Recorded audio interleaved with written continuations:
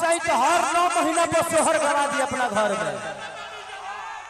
अगर केहू के लगे ताकत होखे तो गवा के देखाओ सोहर।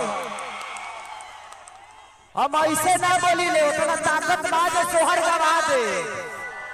हेलो दोस्तों, केसरीलाल यादव ने कितनी बड़ी स्टेज शो में बातें बोले हैं। इसे सुनकर विरोधी पार्टी की खून खोल रहा है, यानी चैन नहीं आ रहा है, बौखला गया है विरोधी पार्टी। दोस्तों, केसरीलाल यादव ने बार बार सॉरी और सोहर की गाना बार बार क्यों रिपीट कर रहे हैं।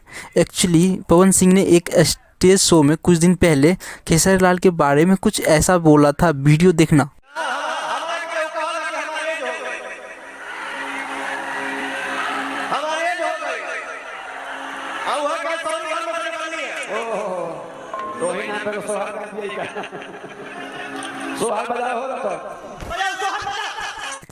पवन सिंह के इसी बातों से केसरीलाल यादव काफ़ी गुस्से में थे।